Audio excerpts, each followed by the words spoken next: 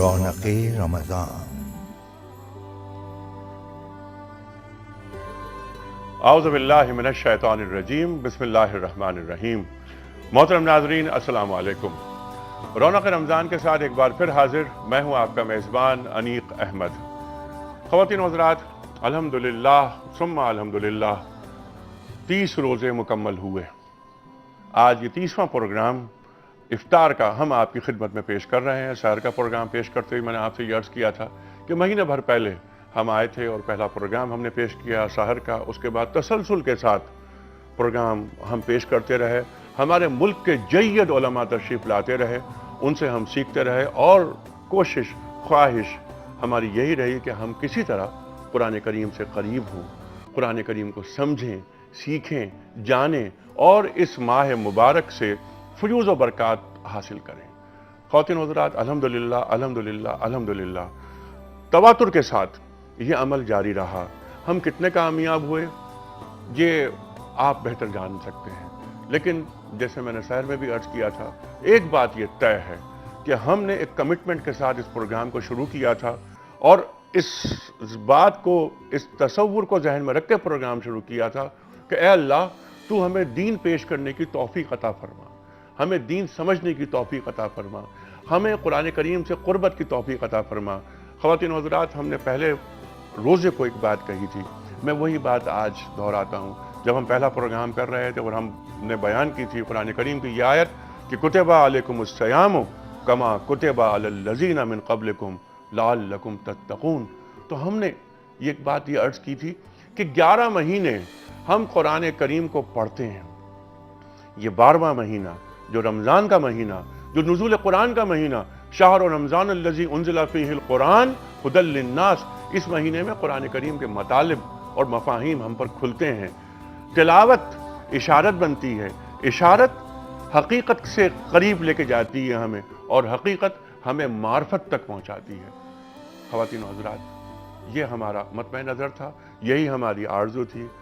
اللہ کرے کہ ہماری یہ کوششیں اللہ تعالیٰ اپنی بارگاہ میں قبول فرمائے۔ ہمارے علماء کرام تشریف لاتے رہے، ان کے سامنے ہم نے قرآن کریم اور اسوہ رسول کریم صلی اللہ علیہ وآلہ وسلم کے تعلق سے بہت سارے سوالات، بہت ساری باتیں اور اپنی جو علمی کمیاں ہیں ان کو دور کرنے کی کوششیں کی۔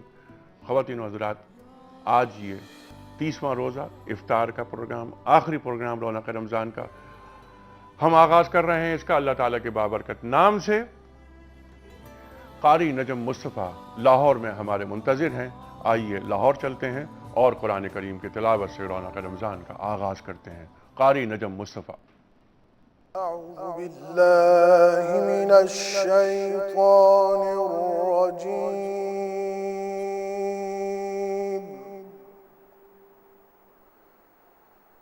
بسم اللہ الرحمن الرحیم۔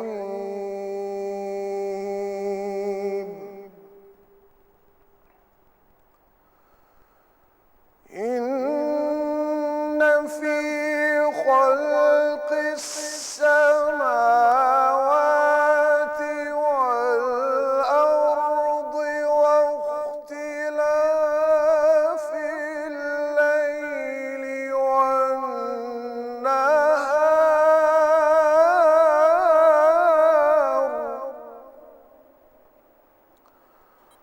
واختلاف الليل والنهار لآيات لأولي الألباب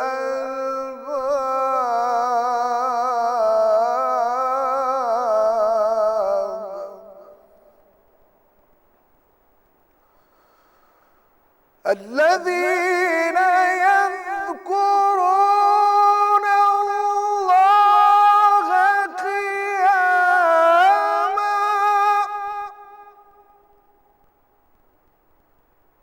قياما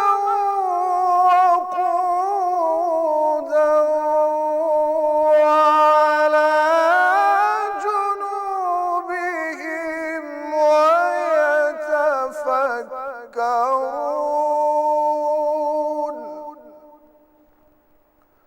ويتفكرون في خلق السماوات والأرض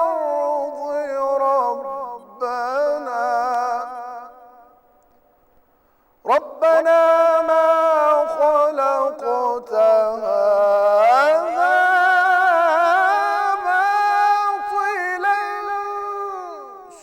باطلا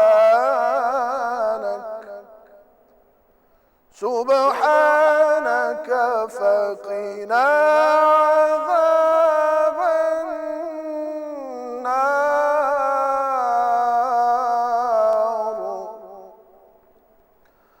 ربنا إنك من تدخل النار فقد أخزيته وما للظالمين من أنصار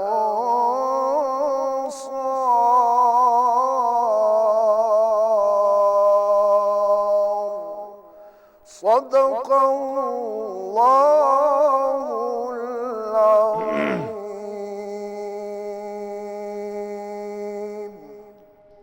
جزاک اللہ قاری صاحب، سبحان اللہ سبحان اللہ۔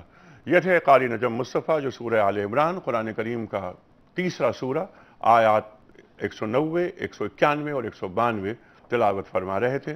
ترجمہ پیش کرتا ہوں۔ بے شک آسمانوں اور زمین کی پیدائش اور رات اور دن کے بدل بدل کر آنے جانے میں عقل والوں کے لیے نشانیاں ہیں، جو کھڑے اور بیٹھے اور لیٹے ہر حال میں اللہ کو یاد کرتے اور آسمان اور زمین کی پیدائش میں غور کرتے اور کہتے ہیں کہ اے اللہ، تو نے اس مخلوق کو بے فائدہ نہیں پیدا کیا، تو پاک ہے، تو قیامت کے دن ہمیں دوزخ کے عذاب سے بچانا۔ اے پروردگار، جس کو تو نے دوزخ میں ڈالا اسے رسوا کیا، اور ظالموں کا کوئی مددگار نہیں ہوگا۔ خواتین و حضرات، موضوع ہمارا جس پر ہم نے کل افطار میں بھی بات کی، صبح آج سحر میں بھی بات کی، اور آج یہ آخری پروگرام اسی موضوع پر موضوع ہے مسلمانوں کی نشست ثانیہ۔ مختصراً یہ کہ ہم سیاسی، سماجی، معاشی، اخلاقی، علمی اور ہر لحاظ سے عسکری بھی طور پر زوال کا شکار ہیں۔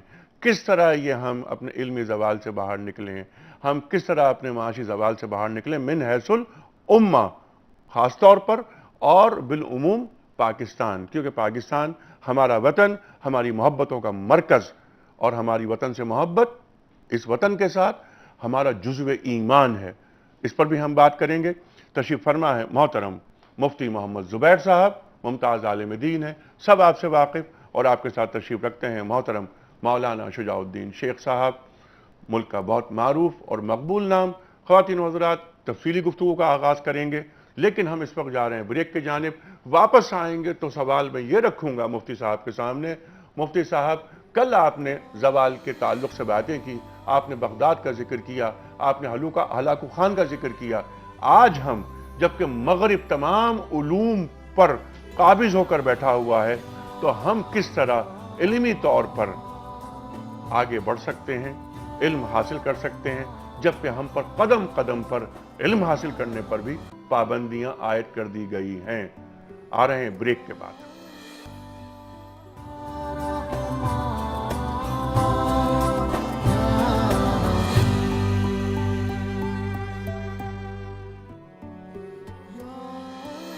ویلکم بیک خواتین و حضرات، رونق رمضان میں ایک بار پھر خوش آمدید۔ تشریف فرما ہے محترم مفتی محمد زبیر صاحب اور محترم مولانا شجاع الدین شیخ صاحب۔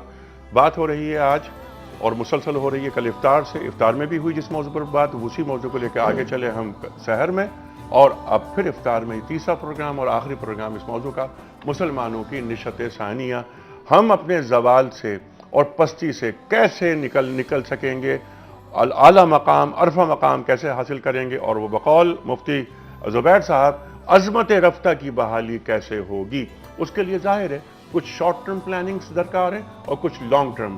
شارٹ ٹرمز کیا ہوں گی، لانگ ٹرمز کیا ہوں گی، اور مفتی صاحب یہ فرمائیے میرا پہلا سوال آپ کی خدمت میں یہ ہے کہ پوری دنیا اس وقت مغربی علوم کے زیر اثر چل رہی ہے، کیا ہم علوم میں آگے بڑھنے کے لیے یہ مغربی علوم ہیں انہی پر اکتفا کریں گے، یا ہمارا طریقہ علم، طریقہ تعلیم اور تعلم اور علم کا تصور وہ مغربی علوم سے جدا ہوگا؟ بسم اللہ الرحمن الرحیم، نحمدہ و نصلی علی رسول الکریم، اما بعد۔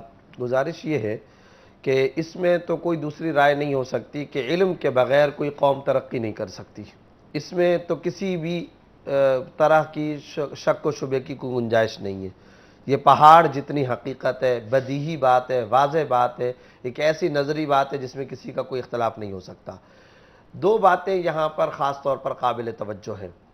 ایک بات یہ ہے کہ علم کی تعریف کیا ہونی چاہیے، علم کہتے کسے ہیں، اور آج جو ہمارے ہاں معاشرے کے اندر جدید اور قدیم، عصری اور دینی، دنیاوی اور دینی، قدیم اور جدید، یہ جتنی اصطلاحات آ گئی ہیں، قرآن کریم کے اندر ان میں سے کوئی اصطلاح ہمیں نہیں ملتی ہے۔ قرآن کریم صرف اور صرف علم کو بطور علم کے بیان کرتا ہے۔ علم برائے علم سیکھنا چاہیے۔ علم قرآن کریم کی نظر میں ایک جوہر کا نام ہے جس سے انسان اپنی صحیح طور پر زندگی بسر کر سکے، اور قرآن کی نظر میں یہ علم ایسا لطیف جوہر ہے جو انسان کو دنیا میں بھی ترقی دلاتا ہے، قبر کے اندر بھی، حشر میں بھی اور آخرت میں بھی۔ یاد رکھیے، اگر آپ علم کو اس بات پر محدود کر دیں گے کہ نت نئی ایجادات اور مغرب کی نئی ٹیکنالوجی کا علم اور اس کی معلومات انسان کو حاصل ہو جائیں، اور مسلمان یہ کام کرنے لگ جائے کہ وہ نت نئی اشیاء تیار کرنا شروع کر دے، علم کو اگر یہاں تک محدود رکھیں گے، جیسا کہ آج کل ہمارے کچھ دانشوران قوم جب ٹیبل ٹاک پر بیٹھتے ہیں تو ان کا سب سے بڑا اعتراض اور ان کی سب سے بڑی بات یہ ہوتی ہے کہ جی مسلمانوں کے پاس ایسی یونیورسٹیاں، ایسے تعلیمی ادارے اور ایسے لوگ موجود نہیں ہیں جو نئی سے نئی سائنسی ایجادات پیش کر سکیں، جس کی وجہ سے مسلمان تباہ ہیں۔ لیکن ان کی بات میں جان ہے، درست ہے۔ جی ہاں۔ لیکن یہاں جو بات میں عرض کرنا چاہ رہا ہوں وہ یہ ہے کہ اسلام اور انبیاء کرام علیہ السلام اس چیز کی یکسر نفی کیے بغیر، بالکل نفی نہیں کرتے، نفی کیے بغیر اس سے پہلے ایک اور چیز پر آتے ہیں، اور وہ چیز وہ ہے جس کو قرآن کریم بیان کرتا ہے، یتلو علیہم آیاتی ویزکیہم۔ یہاں جو تزکیے کی بات ہے، ایک بات انیق صاحب ذرا یہاں پر رک کر کے آپ سمجھئے، ایک بات یہ بتائیے، انبیاء کرام علیہ السلام جب دنیا میں آئے، آپ بھی اس بات کو مانتے ہیں، میں بھی اس بات کو مانتا ہوں کہ انبیاء سے بڑا عالم تو کوئی نہیں ہوتا نا۔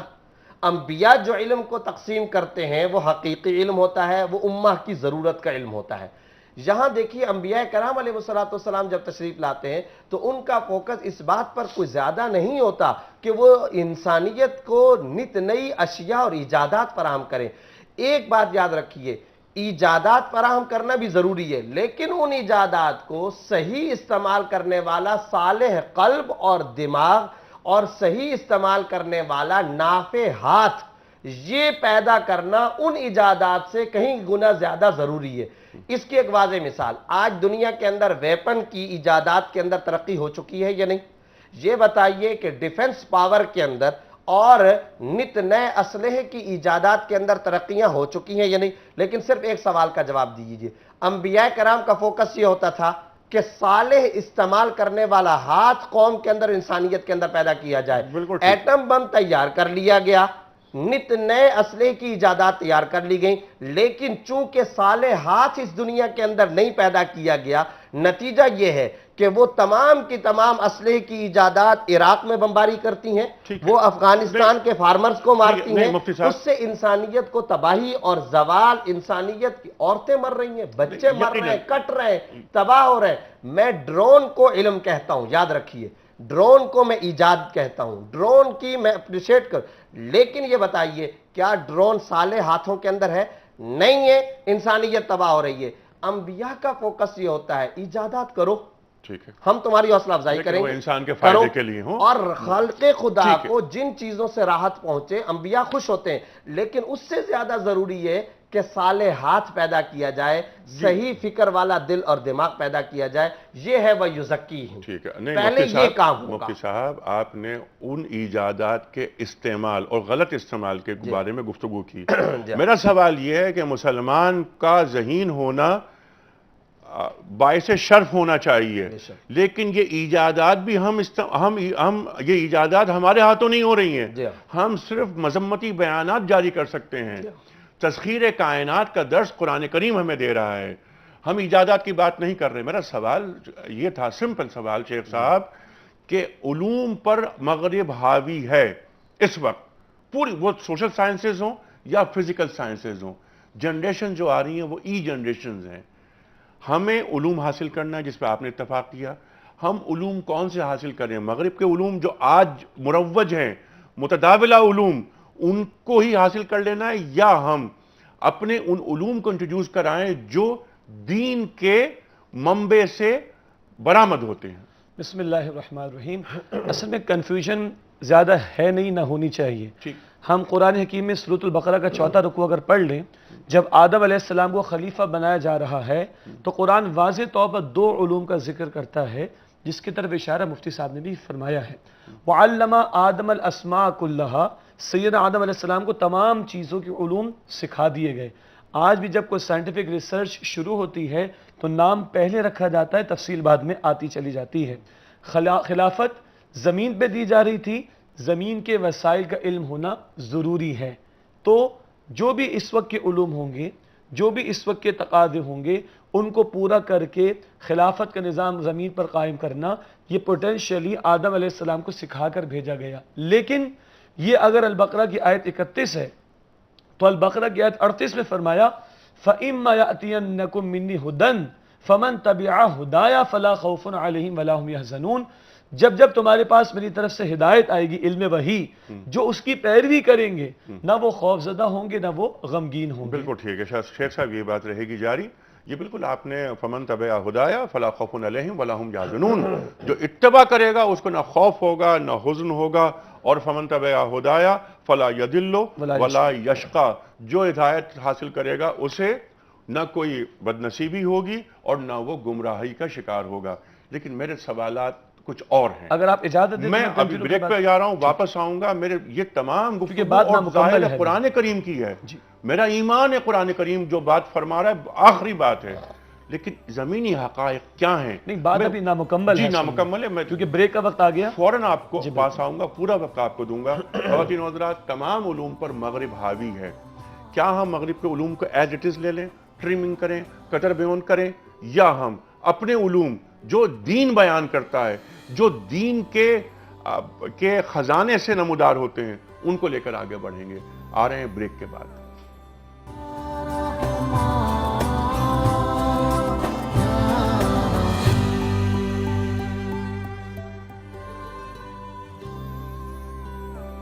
ویلکم بیک خواتین و حضرات، رونق رمضان میں ایک بار پھر خوش آمدید۔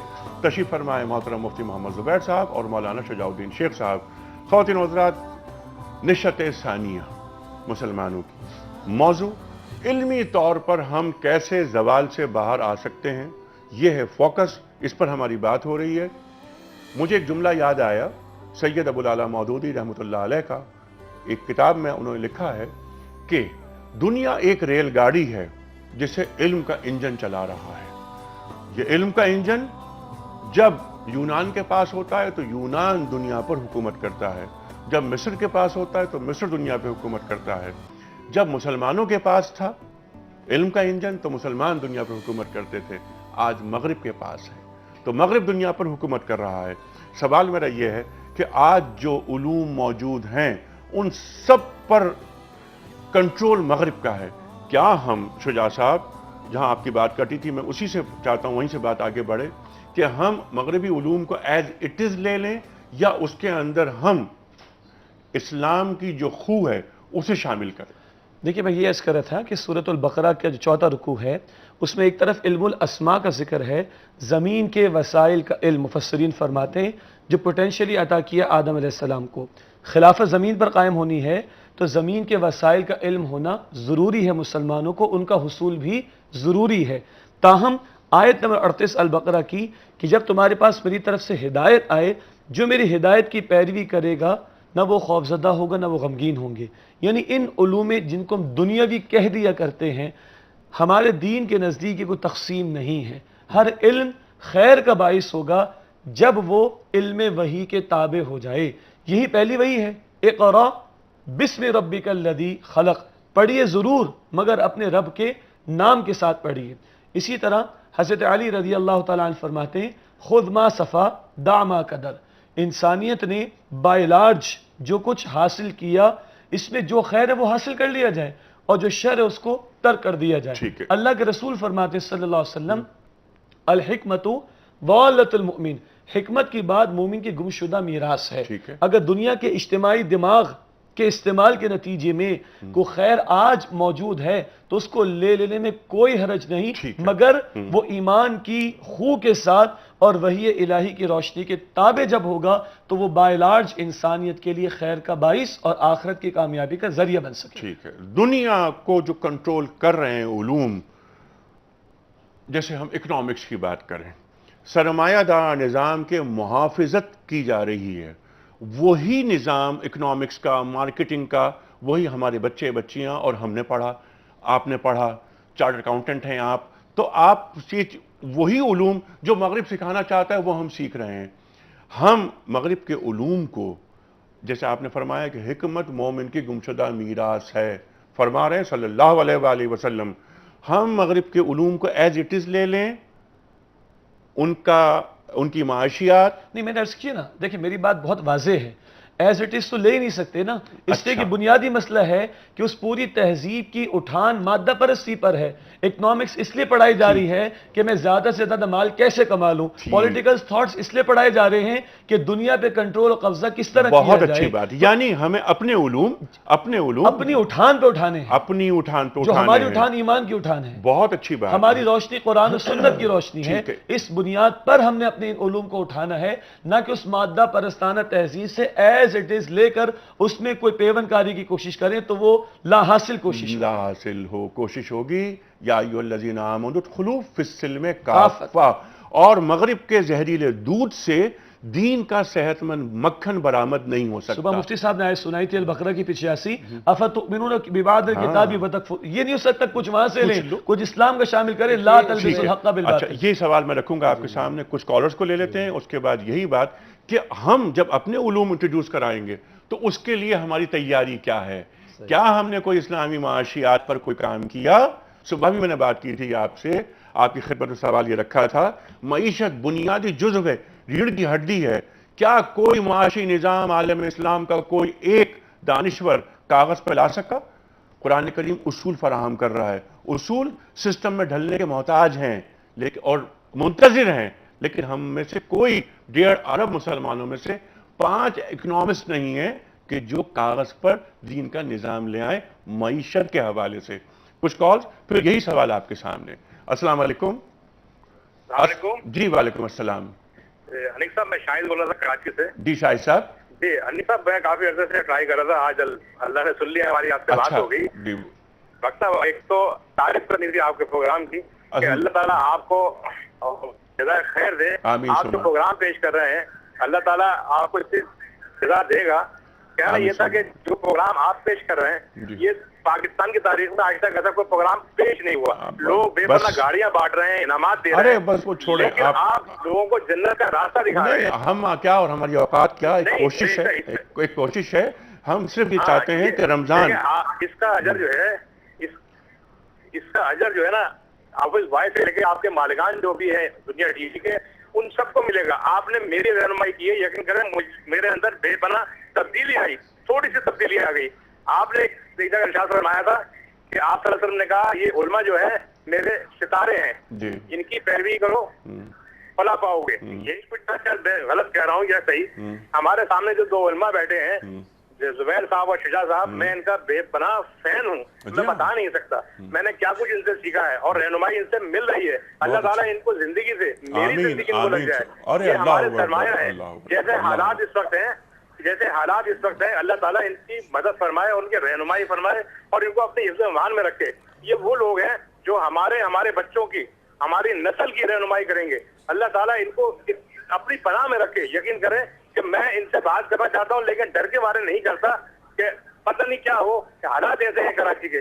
شیرا صاحب, زبیر صاحب یہ میرے بچوں کی جگہ پر ہیں لیکن میں ان سے بہت کچھ سیکھا. میں نے ڈاکٹر سوال میرے دو ہیں, میں نے آپ کا وقت لے لیا. نہیں, اور آپ نے کتنی بڑی بات کہی ہے. آپ نے, میں اس وقت اتنا, یہ پہلی کال اس انداز سے آئی ہے کہ آپ نے کہا کہ میری عمر انہیں لگ جائے. اللہ اکبر, اللہ اکبر. آپ یہ دیکھیں کہ یہ علم سے اور علماء سے محبت کتنی بڑی بات ہے, اور یہ جذبہ امت مسلمہ میں سلامت رہے. یہ علماء کیا ہیں؟ یہ علماء زمین کا نمک ہیں, یہ علماء پہاڑی کا چراغ ہیں. یہ ہمیں آنے والے کل سے مایوس نہیں کرتے, ہمیں نوید دیتے ہیں کل کی. اللہ انہیں سلامت رکھے. جی سر, کیا سوال؟ جی ڈاکٹر, سوال یہ تھا کہ خواتین کا تراویح پڑھنا جائز ہے کہ کھلے آسمان کے نیچے یہ تراویح پڑھ سکتی ہیں؟ ٹھیک ہے. دوسرا سوال یہ تھا ڈاکٹر صاحب, میں نے ابھی اخبار میں پڑھا تھا کہ قرآن کریم کی کچھ آیت ہے کہ اس میں یہ جو عورت جو بیوی ہے اگر شوہر اس کو ماں کہہ دے تو کیا وہ نگاہ سے خارج ہو جاتی ہے؟ جی ہاں, اس کو زہار کا مسئلہ ہے یہ, تو یہ ہم یہ بھی بات کریں گے, اور اس کا پھر کفارہ بھی کچھ ادا کرنا پڑتا ہے. مفتی صاحب موجود ہیں اور جید عالم ہیں, ان سے کے سامنے سوال یہ رکھیں گے کہ یہ بیوی کو بہن یا ماں کہنا کیا کہتے ہیں, اور اس کو شرعی نقطہ نگاہ میں اس کو زہار کہا جاتا ہے, تو اس کے لیے قرآن کریم کیا فرماتا ہے. اس وقت ہمیں جانا ہے بریک کی جانب. خواتین و حضرات, بریک کے دوران فصیح الدین سہروردی صاحب کی ہم نعت بھی سنیں گے, اس کے بعد نیوز ہوں گی, نیوز کے بعد پھر واپس آئیں گے اور یہی سوالات رکھیں گے علماء اکرام کے سامنے کہ ہم ان دلدروں سے کیسے باہر نکل سکتے ہیں, ہم سیاسی طور پر, معاشی طور پر, اخلاقی طور پر, عسکری طور پر کیسے مضبوط ہو سکتے ہیں. میں نے عسکری خاص طور پر اس لیے کہا کہ قرآن کریم کا ارشاد ہے کہ وَأَعِدُّوا لَهُم مَا اسْتَطَعْتُم مِّن قُوَّةٍ, اور اپنے آپ کو تیار رکھو اسلحے سے. اور آگے قرآن کریم فرماتا ہے تاکہ دشمنوں پر, کافروں پر تمہاری ہیبت ہو. خواتین و حضرات, آ رہے ہیں ایک بریک کے بعد. بلغ العلا بکمالہ کشف الدجا بجمالہ حسن جمیع خصالہ صلو علیہ وآلہ صلو علیہ وآلہ. میں بہک سکوں یہ مجال کیا میرا رہنما کوئی اور ہے. میں بہک سکوں یہ مجال کیا میرا رہنما کوئی اور ہے. مجھے خوب جان لے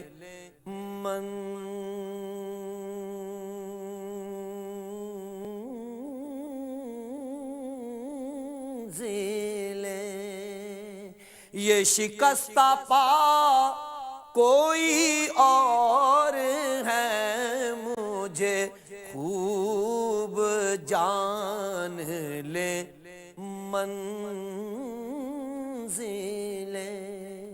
یہ شکستہ پا کوئی اور ہے جو تمہاری جال سے متصل ہے ستون کے پیچھے خجل خجل. جو تمہاری جالی سے متصل ہے ستون کے پیچھے خجل خجل. نہیں میں نہیں وہ مریض دل نہ میرے سوا کوئی اور ہے. نہیں میں نہیں وہ مریض دل نہ میرے سوا کوئی اور ہے، میری التجا ہے یہ دوستوں،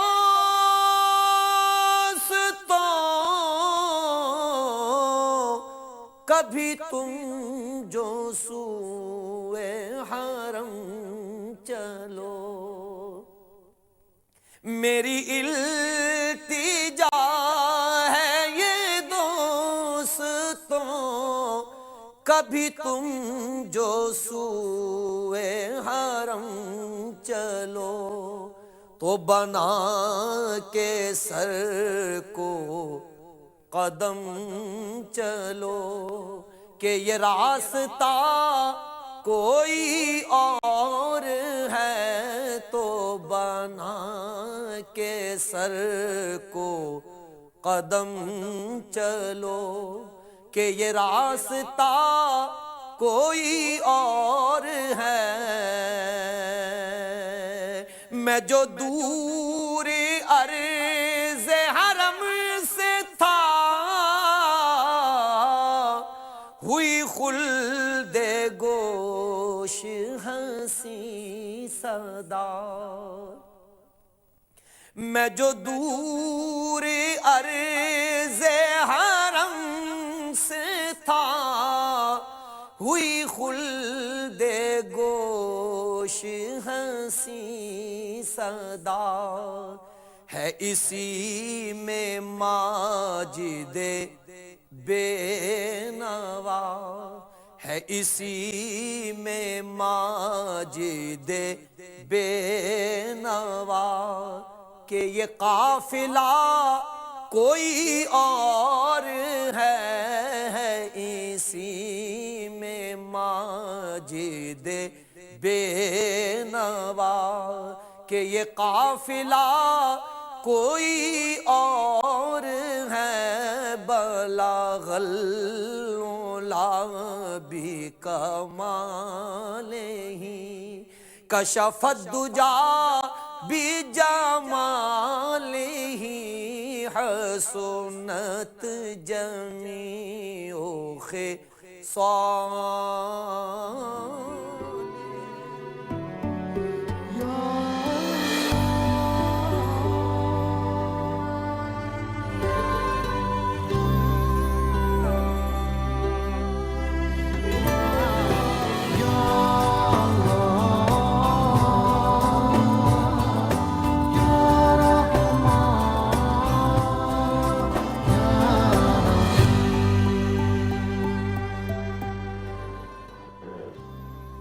ویلکم بیک خواتین و حضرات، رونق رمضان میں ایک بار پھر خوش آمدید۔ تشریف فرمائے مفتی زبیر صاحب اور مولانا شجاع الدین شیخ صاحب۔ خواتین و حضرات، آج وقت بہت کم اور گفتگو بہت اہم کرنی ہے مسلمانوں کی نشست ثانیہ پر، تو میں جلدی کوئز کا جو ایک اہم موڑ ہوتا ہے اور ایک مرحلہ ہوتا ہے، میں وہ آپ کی خدمت میں پیش کرتا ہوں۔ کل ہم نے سوال یہ رکھا تھا کہ عید الفطر کی نماز کے لیے کتنی اذانیں دی جاتی ہیں؟ 3 آپشنز، 1، 2 یا 1 بھی نہیں۔ صحیح جواب یہ ہے کہ 1 بھی نہیں۔ خواتین و حضرات، میں ایم سی آر سے گزارش کروں گا کہ ایم سی آر بٹن دبائے اور آج کے ونر کے نام کا اعلان اسکرین پر کیا جائے۔ اور یہ اسکرین پر دیکھتے ہیں کس کا نام آتا ہے، اور نام آیا، یہ نام ہے شہناز صاحبہ کراچی سے۔ شہناز صاحبہ، آپ کی خدمت میں 3 تحفے، قرآن کریم، ڈیجیٹل قرآن کریم کا تحفہ، اور دوسرا تحفہ آپ کی خدمت میں کتابوں کا سیٹ، اور تیسرا تحفہ انا حاجی اور دنیا ٹی وی کے اشتراک سے عمرے کا ٹکٹ پیکج کے ساتھ۔ خواتین و حضرات، پورے مہینے ہم نے یہ کوئز کا سوال رکھا، قرآن اندازی کرواتے رہے، اور ایک تحفہ قرآن کریم کا، ایک تحفہ کتابوں کا، اور ایک تحفہ عمرے کے ٹکٹ کا پیش کرتے رہے۔ یہ آخری قرآن اندازی تھی اس پروگرام کی جو ہوئی۔ موضوع مسلمانوں کی نشست ثانیہ۔ شجاع صاحب نے فرمایا کہ جو مغربی علوم ہیں ان کو ہم ڈسکارڈ کرتے ہیں کیونکہ اس میں توحید خداوندی شامل نہیں ہے، وہ سیکولر نظام لے کر سامنے آتے ہیں، وہ سرمایہ دارانہ نظام کا تسلسل ہے۔ دین ہمارا جن خطوط پر اور جن بنیادوں پر علم کی تعریف کرتا ہے، وہ علم مغرب کے پاس جو علم موجود ہے اس سے جدا ہے۔ اس پر ہم بات کریں گے، لیکن کچھ کالز لیتے ہیں۔ السلام علیکم۔ جی ذرا زور سے بولیے، زور سے بولیے جناب راولپنڈی سے جناب والا۔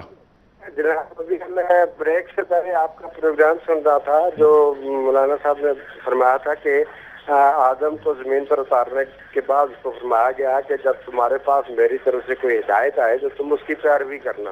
تو ہم دیکھتے ہیں کہ جتنے بھی انبیاء کرام آئے، جتنے نبی رسول اور جن پر صحیفے اترے، تو 7 صحیفوں کے ایک وجود لازم ہوا، یعنی جنہوں نے وہ سمجھائی وہ بات، تو ہدایت تو یہ نظام ہے۔ تو کیا رسول اور نبی اور پیغمبر کے بعد وہ نظام کیا بدل گیا ہے؟ کیا آج بھی ہم کسی وجود سے یہ ہدایت لے سکتے ہیں، یعنی دین کو سیکھ سکتے ہیں، یا حروف اور الفاظ سے مطلب سیکھنا پڑے گا؟ اور اگر کسی سے سیکھنا پڑے گا، کسی وجود سے اگر جواب یہ آئے تو پھر ہمیں رہنمائی کی جائے کہ اس وقت کون سے وہ لوگ ہیں جن سے ہم ہدایت لے سکتے ہیں، جن سے ہم دین سیکھ سکتے ہیں، اس کی نشاندہی فرمائی۔ بالکل بالکل۔ یک زمانہ صحبت با اولیاء بہتر از 100 سالہ طاعت بے ریا۔ جو آپ کا وجود چاہیے جو ہمیں دین سکھائے۔ ٹھیک ہے، ابھی کال لیتے ہیں۔ السلام علیکم۔ السلام علیکم۔ جی السلام علیکم۔ جی وعلیکم السلام۔ جی فرمائیے محترمہ۔ انیس صاحب، ابھی آج یہ تو بہت طویل بحث اس پر تو ہو سکتی ہے، اس کا وقت نہیں ہے، جو مغربی علوم کے حوالے سے اور گراؤنڈ ریالٹیز کے حوالے سے ابھی بات ہو رہی ہے۔ میں جو کل آپ نے ایک تجویز پیش کی تھی اور یہ 30 دن کے بعد آپ نے 29ویں روزے پر ایک حل چھوٹا سا پیش کیا تھا، اور میں بڑی حیران ہوں کہ وہ پتہ نہیں کچھ آمد کی گفتگو تھی آپ کو، اچھا اللہ استغفر اللہ، کہ وہ قابل عمل حل ہے، قابل عمل حل ہے۔ مساجد سے جو ہمارے 2 لاکھ مساجد ہیں، تو ہمارے علماء کرام جو اپنے اپنے محلہ کمیٹیوں کے طور پر ان کے چھوٹے چھوٹے سماجی اور معاشی مسائل جو ان کے علاقوں کے ہیں وہ اپنی حد تک اگر حل کر سکتے ہیں، چونکہ دیکھیے جس سسٹم میں ہم پریویل کر رہے ہیں، جو انگریزی سسٹم ہے، سسٹم آف گورننس، اس میں بھی حکومت جو ہے وہ پرووائڈر نہیں ہوتی، وہ فیسیلیٹیٹر ہوتی ہے۔ دنیا کی کوئی بھی حکومت، یہاں تک کہ گریٹ برٹن بھی آپ تو رہ چکے ہیں، آپ نے دیکھا ہوگا وہ ویلفیئر اسٹیٹ ہے، اس کے باوجود وہ فیسیلیٹیٹر ہیں، یعنی سب کچھ حکومت نے نہیں دینا ہے، ہم نے حکومت کے ساتھ مل کر کام کرنا ہے۔ تو اگر علماء کرام ہمارے اپنے ہاں سے عید کے بعد جو ہے ہمارے 2 معزز علماء کرام بیٹھے ہیں، میں تو ان کی گفتگو سے بہت زیادہ مستفید ہوتی رہی ہوں آپ کے پروگراموں میں، میں یہ گزارش کروں گی کہ ایک سیمپلنگ کے طور پر اگر یہ عید کے بعد اپنے علاقے کی مسجد سے ایک چھوٹے سے پیمفلیٹ بٹوا کر لوگوں کو کہیں، آخر مسجد نبوی آپ کا پہلا پارلیمنٹ رہا ہے کہ نہیں؟ سبحان اللہ سبحان اللہ سبحان اللہ سبحان اللہ۔ وہاں مسئلے حل وہیں سے ہوتے تھے نا۔ جی اگر مسجد سے یہ یہ اس کام کا آغاز ہو، سماجی اور معاشی مسئلے بہت گمبھیر ہو چکے ہیں، ابھی مذہب کو یہ ایک طرف رکھ دیجئے، جی ہاں ٹھیک ہے، ایک طرف یہ مذہبی کا حصہ ہے، جی ہاں، یہ خدمت شروع کر دیں اور ان حکومت کا ہاتھ بٹائیں اس میں۔ بہت اچھی بات میرا ہے۔ ایمان ہے کہ لوگ عوام جو ہیں وہ ان کے پیچھے چل پڑیں گے، ان کی کریڈیبلٹی جو ہے وہ انکریز ہوگی اور ایک بہت اچھا نظام وجود میں آئے گا۔ کوشش کر کے دیکھ لینے میں کوئی حرج نہیں ہے۔ محترمہ یہی بات ہم نے رکھی تھی، اور بلکہ آپ ہی کی بات کو، یعنی اس بات کو ہم آگے بڑھا دیتے ہیں کہ ہمارے جو پیش امام ہیں اور ہمارے جو مؤذن صاحب ہیں، یہ نماز پڑھانے کے بعد باہر آئیں اور اپنے اپنے محلے میں، ایک مسجد تو پورے پاکستان میں ہے ہی ہے، بعض محلوں میں 2 3 4 4 5 5 مساجد ہیں، اور وہ یہ طے کر لیں کہ ہمارے محلے میں کوئی مسئلہ نہیں رہے گا سماجی حوالوں سے، جتنا وہ کام کر سکتے ہیں وہ کام کریں اور حکومت کا ہاتھ بٹائیں۔ اور آپ نے یہ بات بہت اچھی کہی کہ حکومتیں جو ہوتی ہیں وہ پرووائڈر نہیں ہوتی، فیسیلیٹیٹر ہوتی ہیں، تو ہم ہر بات حکومت پہ نہ رکھ دیں۔ ہمارے پاس کیا ہونے لگا ہے مفتی صاحب، میں چاہتا ہوں اس پر ذرا آپ بات فرما لیں اور اس کی تصدیق یا تردید فرمائیں کہ ہمارے پاس جو پیش امام حضرات ہیں وہ نماز پڑھانے کے لیے آئے، بغلی دروازے سے داخل ہوئے، نماز پڑھائی انہوں نے اور روانہ ہو گئے۔ معاشرے میں کیا ہو رہا ہے انہیں اس سے کوئی ادراک نہیں، نہ اس میں کوئی دلچسپی ہے۔ آپ فرمائیں۔ دیکھیے میں نے صبح بھی یہ بات عرض کی تھی کہ گاؤں کا ماسٹر اور مسجد کا امام صاحب اگر یہ اپنا انقلاب انگیز رویہ تبدیل کر دیں تو یہ معاشرہ سدھر سکتا ہے۔ حضرت خدیجۃ الکبریٰ رضی اللہ تعالیٰ عنہا سے آپ صلی اللہ علیہ وسلم کی اس وقت جب گفتگو ہوئی تھی، جب آپ صلی اللہ علیہ وسلم غار حرا سے واپس تشریف لائے تھے، صحیح بخاری کی حدیث نمبر 3 ہے، اس میں آپ صلی اللہ علیہ وسلم نے فرمایا انی خشیت علی نفسی، مجھے اپنی جان کا خوف ہو رہا ہے۔ وہ جو پہلی وحی زملونی زملونی کی بات، اس موقع پر 10 باتوں کی شہادت دی ہے حضرت خدیجۃ الکبریٰ رضی اللہ تعالیٰ عنہا نے۔ اسلام کا تعارف کروا رہی ہیں خود نبی صلی اللہ علیہ وسلم کی زوجہ مکرمہ، اور اس کے اندر کیا فرماتی ہیں؟ انت تصل الرحم وتکسب المعدوم وتحمل الکل وتعین علی نوائب الحق وتقری الضعیف. پوری کی پوری 10 باتوں کی شہادت میں نماز کا تذکرہ نہیں ہے، روزے کا تذکرہ نہیں ہے، ذکر محاسبہ اور مراقبے کا تذکرہ نہیں ہے. کیا فرماتی ہیں؟ یا رسول اللہ آپ کبھی ناکام نہیں ہوں گے، اس لیے کہ آپ رشتوں کو جوڑتے ہیں، بے روزگاروں کو روزگار پر لگاتے ہیں، فقراء اور بیوگان کے منبع، ملجا، مرکز اور ٹھکانہ ہے، آپ مہمانوں کی خاطر تواضع کرتے ہیں، فلاحی اور سوشل ورکنگ کے کام حضرت خدیجہ گنوا رہی ہیں آپ صلی اللہ علیہ وسلم کے.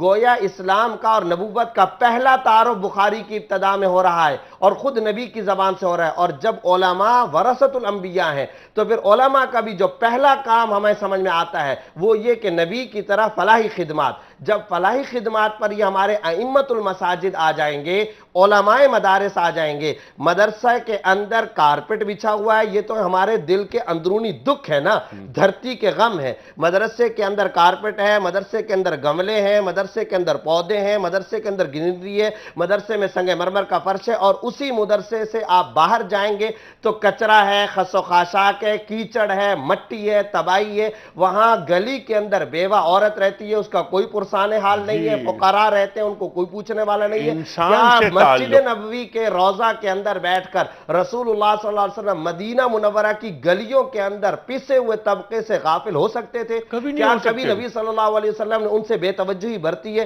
نبی صلی اللہ علیہ وسلم تو آج امت مسلمہ کے مزدوروں کو وہ حقوق ادا کرتے ہیں کہ پوری دنیا کے اندر مزدوروں ہماری مساجد کے پیش اماموں کو معاشرے کا نباز ہونا چاہیے، وہ تو باہر وہ نہیں ہے. مفتی صاحب ہمیں جانا ہے ایک بریک کی جانب. یہ بہت اہم نکتہ کہ سماج میں دخل کتنا ہے ہمارے علماء کا، ہمارے ائمہ کا، ہمارے پیش اماموں کا، ہمارے مؤذنوں کا، اور کیا مساجد ہمارا وہ کردار ادا کر رہی ہیں جو دین کو مطلوب ہے؟ نہیں کر رہی ہیں. خواتین و حضرات، ایک بریک کے بعد آتے ہیں.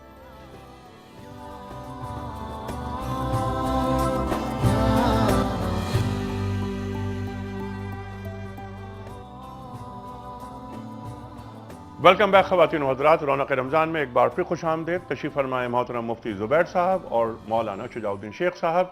موضوع مسلمانوں کی نشست ثانیہ، گفتگو ہو رہی ہے. سوالات بہت سارے آئے تھے، میں چاہ رہا ہوں وہ بھی سوالات رکھوں. اور موضوع کے تعلق سے مفتی صاحب کا فرمان یہ ہے کہ وہ فوراً کوئی ایک بات کہنا چاہ رہے ہیں. مفتی صاحب وہ کون سی بات کہنا چاہ رہے ہیں؟ ابتدا کے اندر آپ نے جیسے کہ یہ سوال کیا ویسٹ کے علوم کو لیا جائے یا نہ لیا جائے. ہمارا جب پروگرام شروع ہوا تھا تو قاری صاحب نے جو تلاوت آیات کی ہیں اس کے اندر ایک لفظ تھا وَيَتَفَكَّرُونَ فِي خَلْقِ السَّمَاوَاتِ وَالْأَرْضِ رَبَّنَا مَا خَلَقْتَ هَذَا بَاطِلًا سُبْحَانَكَ فَقِنَا عَذَابَ النَّارِ، کہ آسمان و زمین کے اندر غور و فکر کرتے ہیں.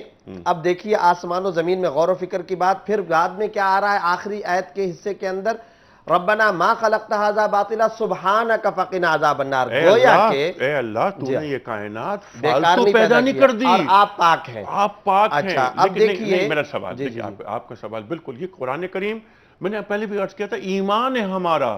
میں یہ بات کہہ رہا ہوں جیسے کہ آپ نے فرمایا کلیئرلی ہمیں مغربی علوم پر نہیں چلنا ہے. میں اپنی ایک رائے ذکر کر لوں، میرے خیال میں بات مکمل ہو جائے، کنفیوژن دور ہو جائے گی. یہ آیت ایک اہم اصول بیان کر رہی ہے. وہ کیا ہے؟ تمام مغرب کے آسمان و زمین کی تخلیقات میں جو کچھ تحقیقات کی ہیں وہ لے لیں، لیکن سبحانک فقنا عذاب النار کے ساتھ. اچھا جو بات ذکر کرنا چاہ رہا ہوں وہ یہ ہے کہ آسمان و زمین کی تمام تخلیقات کو آپ لیں لیکن فتبارک اللہ احسن الخالقین کو ضرور لیں. سادہ لفظوں کے اندر ذکر کرنا چاہوں، سائنس سے متعلق، ٹیکنالوجی اور جدیدیت سے متعلق جو کچھ تحقیق ہوئی ہے وہ سب لیں لیکن بسم ربک کو ختم نہ کریں.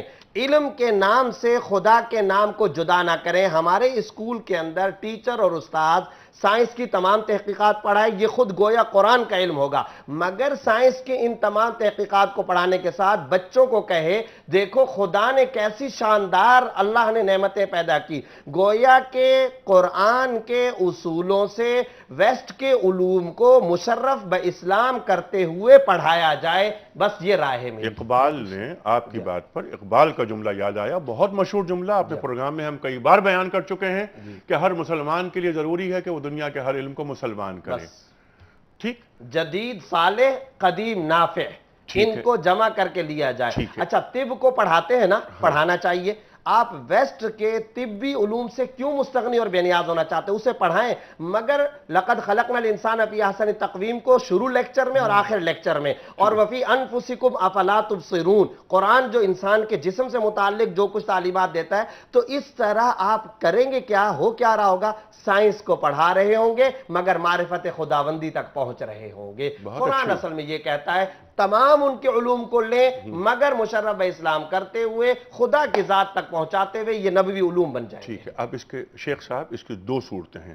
ایک تو یہ کہ آپ نے جو بات فرمائی تھی وہی بہت اہم بات, اور انہوں نے جو بات فرمائی وہ بھی. ایک وضاحت کر دوں کہ میری بات اور مفتی صاحب کی بات ایک ہی ہے. یقیناً بسم ربک الذی خلق کی بات میں نے بھی کی.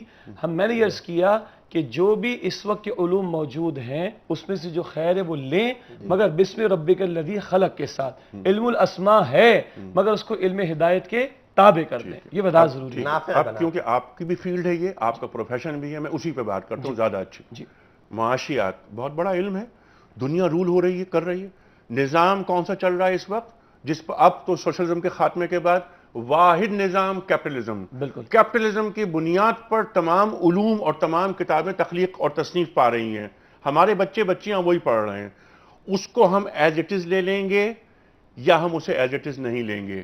دیکھیے میں نے بریک سے پہلے عرض کیا تھا, اس ساری جو بھی ریسرچ ہے اور یہ جو نظام اس وقت کھڑا ہے مغرب کا, اس کی اٹھان کیونکہ خالص مادہ پرستانہ سوچ پر ہے, نمبر ایک. نمبر دو, یہ بڑے کمیٹڈ ہیں. ذہن میں رکھیے گا کیوں ترقی کرتے ہیں, یہ دنیا کے بارے میں مخلص ہیں, دنیا بنانے کے بارے میں بڑے کمیٹڈ ہیں, اس لیے یہاں خوب ان کو مل جاتا ہے. ہم نے اگر آج اپنی اور اپنی نسلوں کی خیر خواہی چاہنی ہے ادھر بھی اور اس سے بڑھ کر ادھر بھی, تو آج کی ہماری ماڈرن اکنامکس کا حاصل یہ نہیں ہوگا کہ امیر سے غریب تر ہو اور میں جس طرح چاہوں لوٹوں. نہیں, وہ قرآن کا بیان ہوگا کئی لا یکون دولتم بین الاغنیاء منکم. تو اس کا مطلب یہ ہے کہ ہم جو سوشل سائنسز ہیں کم از کم اس میں ہم اپنے سائنسز جو ہیں ان کو کوائن کریں گے, ان کو وہ تھیوریز لے کر آئیں گے جن کی بنیاد ایمان اور وحی الہی پر ہو, اور برآمد ہوگی قرآن کریم سے اور سیرت پاک سے صلی اللہ علیہ وسلم. چونکہ سوالوں کا جواب دینا پڑتا ہے, لہذا اب صورتحال یہ ہے, گراؤنڈ ریالٹی کی بات یہ, کیپٹلزم کو پڑھنا ہوگا. اس کو پڑھیں گے, اس کی خرابی, مفاسد اور نقصانات اپنے بچوں پر واضح کرنے کے لیے اب اس کو پڑھ کر قرآن ان کے اعتراضات کا جوابات دے گا. اسلام کا مستقل معاشی نظام ہے. اگر دنیا پر کیپٹلزم حکمرانی نہ کر رہا ہوتا ہم اس کو پڑھتے بھی نہیں. لیکن مشکل بات یہ ہے کہ قرآن زمانے کی بھی سوالوں کے جوابات دینے کے لیے آیا ہے نا, لہٰذا اب صورتحال یہ کہ کیا وہ سوالات کے جوابات دیے جا رہے ہیں؟ ہاں, معاشی نظام کے حوالے سے ایک بات میں کہنا چاہوں گا, آپ نے یہ بار بار پوچھا اور بہت اہم سوال. ہم یہ سمجھتے ہیں اس وقت کے اہل بصیرت علماء نے اسلام کا معاشی نظام کاغذ پہ تیار کر لیا ہے. اس پر عرب دنیا میں بڑا کام ہوا ہے. میں آپ کو ایک بات پوری منصفانہ اعتراف اور دیانتداری کے ساتھ یہ کہتا ہوں, سیاسی نظام کے حوالے سے اس وقت تک امہ کے اندر کنفیوژن پائی جاتی ہے. اس معاملے میں خاطر خواہ کام نہیں ہوا. معاشی نظام کے حوالے سے خاطر خواہ کام ہوا ہے. اسلام کے معاشی نظام کو اب پڑھایا بھی جا رہا ہے. انسٹیٹیوٹ وجود میں آ چکے ہیں, ادارے وجود میں آ چکے ہیں. ایسے تعلیمی ادارے خود اب ویسٹ میں قائم ہو رہے ہیں جو اسلام کے معاشی نظام کو پڑھ اور پڑھا رہے ہیں. اللہ کرے کہ ایسا ہی ہو. مفتی صاحب, بہت بڑی بات ہے کہ ہم نے اور ہمارے علماء نے, ہمارے انٹلیکچوئلز نے, ہمارے اسکالرز نے معاشی نظام کم از کم کاغذ پر تو لے کر آئے, لیکن وہ ہمارے علم میں نہیں ہے. ایسی بات دھرتی پر نمونے کے طور پہ ماڈل اسٹیٹ اب تک کوئی نہیں آیا, زمین پہ نہیں آیا. ایک بات یہ. اچھا, دوسری چیز یہ کہ شیخ صاحب بہت سارے علوم ہیں جن کو حاصل کرنے کے بعد جہاں بانی کی جاتی ہے یا کی جا سکتی ہے. مغرب کے پاس وہ علوم ہیں. آج دنیا میں اور دنیا پر مروج علوم کو حاصل کرنے کے لیے اگر ہم ایک لانگ ٹرم پلاننگ کریں, یعنی اگلے 50 سال تک, جیسے آئی ٹی ہے, اسپیس ٹیکنالوجی ہے, نیوکلیئر سائنسز ہیں, اکنامکس ہے, پیٹرول ٹیکنالوجی ہے, وغیرہ وغیرہ, منرلز ہیں, اس پر ہم ایکسپرٹ کالونیز بنا دیں. 57 اسلامک کنٹریز ہیں, لیکن 6-7 ممالک سے زیادہ عالم اسلام میں اہم ممالک ایسے ہیں نہیں کہ جہاں کام کیا جائے. پاکستان, ترکی, ملیشیا, بنگلہ دیش, ایران, سعودیہ, ان ممالک میں ہم کچھ 50-60 ہزار 70 ہزار بچوں اور بچیوں کو کہیں کہ آپ بیٹھیں اور ان علوم پہ ریسرچ کریں. 50 سال کا عرصہ امتوں کی زندگی میں کچھ بھی نہیں ہوتا.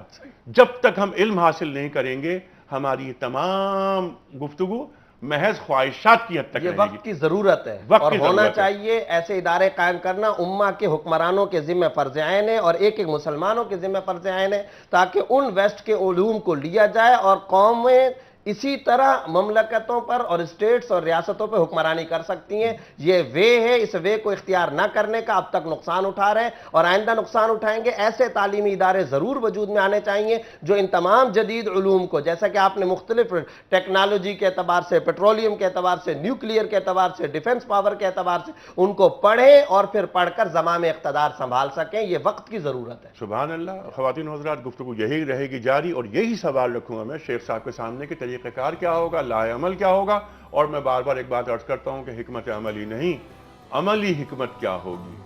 حکمت عملی اور عملی حکمت میں زمین آسمان کا فرق ہوتا ہے. خواتین و حضرات, ہماری گفتگو نہ رہے بلکہ یہ خواب اپنی تعبیروں سے ہمکنار بھی ہونا چاہتے ہیں. آ رہے ہیں ایک بریک کے بعد.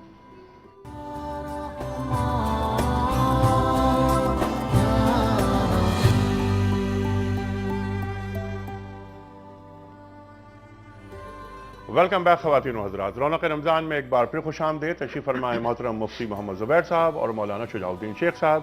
خواتین و حضرات, یہ اس پروگرام کا بالکل آخری چنک اور اس کے ساتھ ہی یہ نشریات اپنے اختتام کو پہنچیں گی. کچھ شکریہ مجھ پر واجب ہیں, میں چاہتا ہوں کہ وہ ادا کروں شکریہ. سب سے پہلے میں شکر گزار ہوں اپنے پروڈیوسر محمد شوکت امین صاحب کا, ایسوسیٹ پروڈیوسر شیراز مرزا, زبیر کا لاہور میں, کیونکہ ہمارا ایم سی آر لاہور میں ہے تو لاہور میں ہمارے راؤ صاحب, راؤ اویس صاحب کا, وقاص کا, ڈائریکٹر پروگرامز حبیب اکرم صاحب کا, نویر کاشف صاحب کا اور میاں عامر محمود صاحب کا جو چیئرمین ہیں ہمارے, ان سب کا شکر گزار کہ اتنے خوبصورت پروگرامز پیش کرنے کے لیے دن رات کوششیں کی گئیں. اور یہ پروگرامز خواتین و حضرات جو یہ پیش کیے جاتے ہیں اس میں بہت بڑی ٹیم انوالو ہوتی ہے. ہمارے کیمرہ مینز یہاں موجود ہیں, یہ جلال, کلیم, زاہد, راہب, اکبر اور بہت سارے لوگ. پھر شہر میں ہمارے کچھ کیمرہ مینز ہیں, حبیب وغیرہ, آڈیو پہ محبوب ہیں, میک اپ کی جو آرٹسٹ ہیں وہ ہنا عادل, بہت ساری ٹیم ہے, ٹیکنیکل اسٹاف کا سب کا بے پناہ ممنون, بہت شکر گزار کہ یہ دن رات یہ 60واں پروگرام ہم یہ پیش کر رہے ہیں. اللہ تعالیٰ جزائے خیر دے ان سب لوگوں کو جن کا میں نے نام لیا, اور انشاءاللہ تعالیٰ اگلے سال بھی ہم پروگرام کریں گے بشرط زندگی. کراچی میں رہتے ہیں. خواتین و حضرات, ابلاغ ہونا چاہیے. فذکر انما انت مذکر لست علیہم بمسیطر. قرآن کریم میں اللہ تعالیٰ ارشاد فرماتا ہے کہ ایک نبی کریم صلی اللہ علیہ وآلہ وسلم آپ ذکر کیجئے, آپ ذکر کرنے کے لیے, پیغام پہنچانے کے لیے ہیں, اور آپ مسلط نہیں کیے گئے, داروغہ بنا کے نہیں بھیجے گئے. خواتین و حضرات, بلغ ما انزل الیک, جو نازل ہوا اسے پہنچا دیجئے. اللہ تعالیٰ فرما رہا ہے قرآن کریم میں, بات پہنچانا ہمارا کام ہے اور کوشش کرتے ہیں. کوئی دعویٰ نہیں ہے ہمارا, کوئی دعویٰ نہیں کسی قسم کا, لیکن ہاں خواہش یہ ہے کہ ہمارا دین جو کہ مکمل دین ہے, کسی دین کے تعلق سے اللہ تعالیٰ نے یہ نہیں کہا کہ الیوم اکملت لکم دینکم واتممت علیکم نعمتی ورضیت لکم الاسلام دینا. میرے دین کے بارے میں کہا کہ دین مکمل ہے. خواتین و حضرات, کسی کتاب کے بارے میں نہیں کہا اللہ تعالیٰ نے کہ میں حفاظت کا ذمہ دار ہوں. انا نحن نزلنا الذکر وانا لہ لحافظون.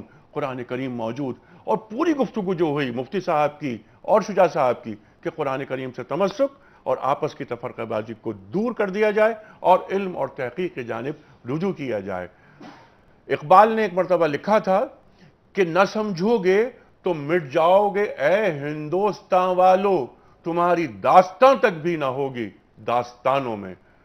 ہمیں اپنا کام کرنا ہے, ایسا نہ ہو کہ ہم اپنا کام کرنے میں ناکام ہو جائیں اور اللہ تعالیٰ کے لیے دوسری قوم مسلط کرنا لانا کوئی مشکل کام نہیں ہے. نشست ثانیہ کے حوالے سے اس پروگرام کا آخری سوال میں رکھوں گا شجاع صاحب کے سامنے, لیکن اس سے پہلے میں یہ بات عرض کروں گا کہ ایک پر امید بات جو اقبال پیغام دے رہے ہیں, وہ پیغام یہ دے رہے ہیں کہ نکل کے صحرا سے جس نے روما کی سلطنت کو الٹ دیا تھا, سنا ہے میں نے یہ قدسیوں سے وہ شیر پھر ہوشیار ہوگا. امت مسلمہ وحدت اختیار کر رہی ہے, تبدیلی آ رہی ہے, ایک شعور کی لہر بیدار ہو رہی ہے. ہم نے دیکھا کہ لیبیا میں کیا ہوا, یمن میں کیا ہوا, تیونس میں کیا ہوا. آج عالم اسلام میں یہ جو کروٹ لی جا رہی ہے, آنے والا کل انتہائی تابناک اور انتہائی روشن اور انتہائی دین کے لیے طاقت کا پیامبر ہے، اور ہمیں یقین ہے کہ آنے والا کل ہمارا ہے۔ شیخ صاحب، آخری سوال، مسلم امہ کی جو قیادتیں ہیں، موجودہ قیادتیں 57 اسلامک کنٹریز، یہ قیادتیں نشت ثانیہ جن کے تعلق سے آپ دونوں حضرات نے بات کی، یہ قیادتیں مفید ہیں یا مضر؟ دیکھیے، نشت ثانیہ تو بہت بہت بہت بڑا عمل ہے۔ میں تو عرض کرتا ہوں کہ ان کی میجورٹی وہ ہے کہ شاید ہم میں سے کوئی اپنی بیٹی کا ان سے نکاح بھی پڑھوانا پسند نہ کرے۔ یہ تو ہمارے ہاں جو مسجد کا مصلی ہے، شاید ہماری عظیم اکثریت اس پر بھی ان کو کھڑا کرنا پسند نہ کرے۔ یہ میں جذباتیت میں نہیں کہہ رہا، جو مسلم ممالک کے اندر اب لہر اٹھی ہے وہ اس بات کی غماز ہے کہ عوام الناس ان لوگوں سے پریشان ہیں۔ لیکن یہاں میں یہ بھی کہنا چاہوں گا کہ نبی اکرم صلی اللہ علیہ وسلم نے ارشاد فرمایا کہ اعمالکم عمالکم، تمہارے اعمال تمہارے حکمران بھی ہیں۔ حکمرانوں پر ڈال کر ہم اپنے آپ کو بری ذمہ نہیں کر سکتے۔ تو کیا کرنا ہے عوام کو؟ پیغام کیا دیں گے؟ کیا میں اپنی ذات پر اس 5.5 فٹ کے وجود پر دین کو نافذ کرنے کو تیار ہوں کہ نہیں؟ ہمارے رب نے ہمیں 30 دن اپنے سامنے جھکنے کی توفیق دے دی، کیا اب رمضان کے بعد بھی میں اس کا بندہ بننے کو تیار ہوں کہ نہیں؟ تبدیلی کا آغاز میری ذات سے ہوگا۔ اگر آج میں بدلتا ہوں تو یہ معاشرے جہاں بدلے گا انشاءاللہ۔ اس کے لیے قرآن کی رسی کو تھامنا، رسالت مآب کا اسوہ صلی اللہ علیہ وسلم، اور آئندہ کے کل کو امید سے دیکھتے ہوئے اس کے لیے میدان عمل میں آنا، یہ ہماری ذمہ داری بنتی ہے۔ قرآن کریم سے تمسک، قربت، فرقوں سے دوری، جیسے آپ نے فرمایا اور صبح بھی ہم نے بات کی تھی، خواتین و حضرات، فرقوں سے نہ شیرازہ پریشان کرو، امت پہ خدا را یہ احسان کرو، ہے سہل مسلمان کو کافر کہنا، ہمت ہے تو کافر کو مسلمان کرو۔ یہ ہے تقاضا ہمارے دین کا۔ جب تبلیغ کا عمل رکتا ہے تو تکفیر کا عمل شروع ہو جاتا ہے۔ ہمیں تبلیغ کا عمل، ہمیں داعی کا کردار ادا کرنا ہے، قاضی کا نہیں۔ ہمیں فتوے جاری نہیں کرنے، کفر سازی کی فیکٹریز نہیں لگانی ہیں۔ قرآن کریم سے قربت، فرقہ بازی کا خاتمہ اور علم و تحقیق کی بات، جو مفتی صاحب نے ہماری باتوں کو انڈورس کیا۔ علم و تحقیق سے جب تک ہم نہیں جڑیں گے، ہم کبھی آگے نہیں بڑھ سکتے، ہم جہاں بانی نہیں کر سکتے۔ ہم هو الذی ارسل رسولہ بالہدی ودین الحق لیظہرہ علی الدین کلہ وکفی باللہ شہیدا کی تصویر نہیں بن سکتے۔ خواتین و حضرات، یہ ٹرانسمیشن الحمدللہ یہاں ہم ختم کر رہے ہیں۔ بس دعا یہ ہے کہ جتنی خواب ہم نے دیکھے ہیں انہیں تعبیر۔ خدا حافظ۔